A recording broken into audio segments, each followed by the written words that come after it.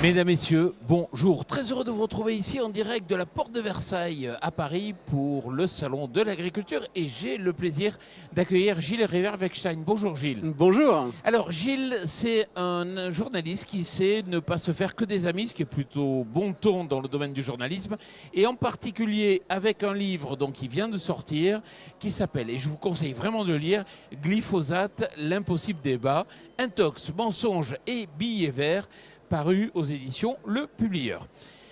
On va focaliser sur un seul des aspects qui m'intéresse, c'est le glyphosate quelque part, ce que vous dites, c'est votre théorie, votre approche, c'est avant tout une affaire de gros sous.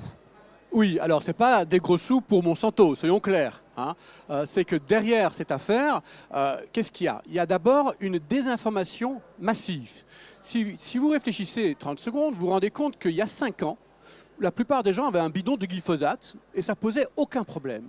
Et en moins de 5 ans, c'est devenu presque l'affaire du siècle. On ne peut pas avoir un débat à table dans lequel le mot glyphosate ne figure pas et à ce moment-là, tout le monde, c'est toxique, c'est dangereux, etc. Or, en réalité, ce produit reste l'herbicide le moins dangereux qui existe. Alors pourquoi est-ce que c'est une telle affaire?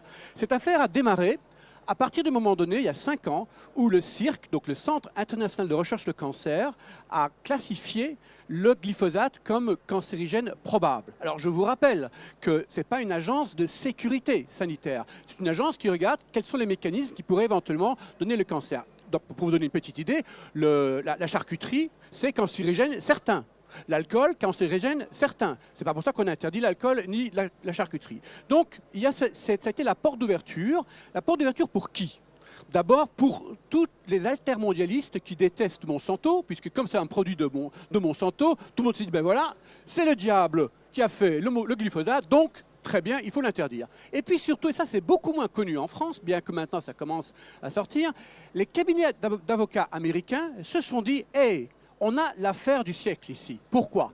Parce que tout le monde aux États-Unis a utilisé du glyphosate, donc il suffit de trouver des gens qui ont du cancer et dire oui, mais c'est à cause du glyphosate, signer, ce n'est pas la pétition, mais donnez-nous la possibilité d'aller en justice contre Monsanto et on va vous faire gagner de l'argent. Résultat, il y a 40 000 plaintes aux États-Unis contre Monsanto qui est devenu Bayer depuis.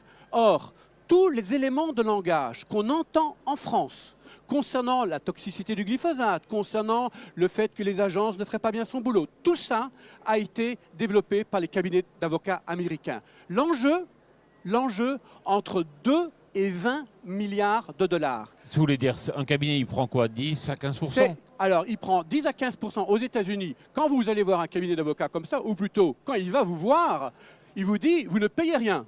Si je gagne quelque chose, 80% est pour vous, le reste, je l'empoche. D'accord? Et là, en l'occurrence, il pense pouvoir faire chanter Monsanto, Bayer, pour un montant de 2 à 20 milliards de dollars. Donc pour les cabinets d'avocats, c'est un business qui peut s'élever à 2 milliards de dollars. Oui, mais le juge, il a dû entendre des médecins, il a dû étudier l'affaire quand même. Mais ce n'est pas un juge qui fait les procès aux États-Unis, c'est un juré. Les jurés, ce sont des gens comme vous et moi, ce ne sont pas des agents sanitaires, ce ne sont pas des toxicologues, ce ne sont pas des médecins, c'est l'intime conviction. Donc oui, au départ, pour l'instant, Monsanto, en tout cas Bayer, est perdant. Ceci dit, ça va aller en appel, ça peut aller jusqu'à la Cour de la Cour suprême, mais ce que parient les avocats, c'est que ça va prendre tellement de temps et c'est un tel poids sur la réputation de Bayer qu'on fera craquer Bayer en disant, écoutez, plutôt qu'à d'aller jusqu'au bout, allez, on met de l'argent sur la table. Et c'est ça, la stratégie des avocats. Vous savez, ils ont gagné contre Nutella. Nutella a payé 3 millions aux États-Unis, 4 dollars pour chaque personne qui achetait un pot de Nutella, parce que, soi-disant, ils ne savaient pas que c'était un produit gras. Ouais. Donc aux États-Unis, ce business-là est un business connu. C'est pour ça que ça fait beaucoup moins de bruit aux États-Unis qu'en France. D'ailleurs, votre théorie, elle marche aux États-Unis, elle ne marche pas en France.